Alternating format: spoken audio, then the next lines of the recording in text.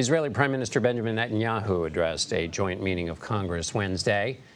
Dozens of Democratic lawmakers boycotted the speech, which comes 9.5 months into Israel's war with Hamas. For the forces of civilization to triumph, America and Israel must stand together. Because when we stand together, something very simple happens. We win, they lose. CBS News congressional correspondent Scott MacFarlane has more from Capitol Hill. Prime Minister Benjamin Netanyahu making an argument for a Congress that would have to fund future foreign aid for Israel, that Israel's war is to a degree America's war, that their fight is our fight, their victory is our victory, is what the Prime Minister told Congress today. It was noticeable, though, how there was a political ripple through the room. There were empty seats on the Democratic side of the House chamber. There was one Congresswoman, Rashida Tlaib of suburban Detroit, who held up a sign that said "war criminal" during Netanyahu's address. There was, to be sure, thunderous applause as Netanyahu named and listed the heroes of this war so far and talked about the importance of the war in the wake of the October 7th attack by Hamas against Israeli citizens. The Prime Minister moves on to meet with the President tomorrow at the White House. He will also be meeting this week with the Vice President and Friday at Mar-a-Lago with Donald Trump. But all of this was surrounded today with a metal fence to protect the Capitol complex and thousands of protesters congregated on the north side of the Capitol, some of whom burned an American flag and an effigy of Netanyahu, an indication of the divisions that exist over the war. John? Scott MacFarlane on Capitol Hill. Thank you, Scott. Jon Alterman joins me now. He is a senior vice president and director of the Middle East program at the Center for Strategic and International Studies. John, it's good to be with you again. What was the point of this speech? I mean, leaving aside the content and also, I guess, what was the point of the speech? And leaving aside the content, is there anything inherently wrong with Netanyahu coming over to the U.S. to give such a speech? The point of the speech was really for Netanyahu to reinforce his bona fides in Israel, where his political standing is under pressure.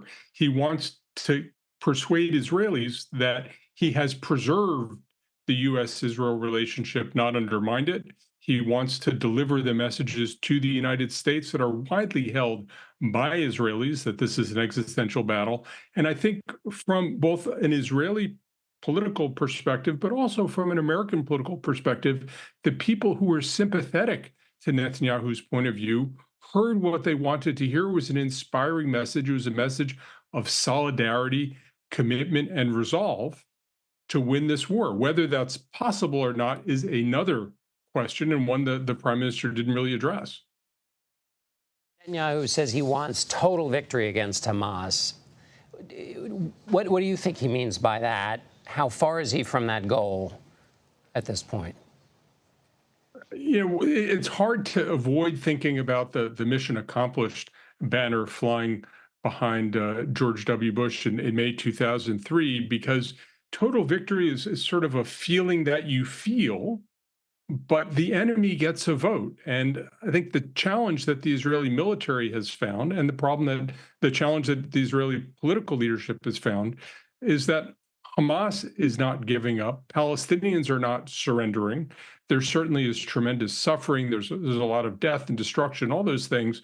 But the idea that people are saying, okay, we're just going to go home, we'll take whatever you give us, this will be fine.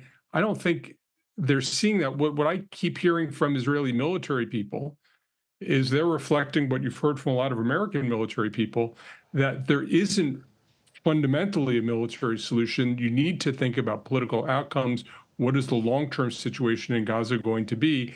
What the Israeli military people complain is that the political people keep saying the military people are going to win a victory. We'll just hold on until they win a victory. The military people say it's not in our court. The real victory only comes how do you get there? What's the day after? And Netanyahu is a little bit vague on that point. And where does President Biden come in this conversation, and how much has that changed now that his re-election circumstances have changed?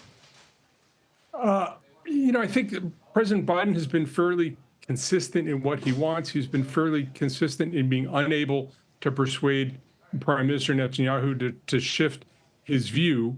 I think that the president takes this as a serious task for his last months in office. To me, there's a window of opportunity that starts next week. The Knesset goes out of session on Sunday, and then there's a 3-month interregnum where Netanyahu doesn't have to worry nearly as much about losing the right wing that's a necessary part of his governing coalition. I think that gives you a little more leverage, but I think ultimately Netanyahu is very cautious about making a deal. I think the Biden administration is much more eager than Netanyahu is to move to the next phase. Jon Alterman with the Center for Strategic and International Studies. Thank you, as always, John, for helping us out on that. Always good to talk to you. Thanks, John.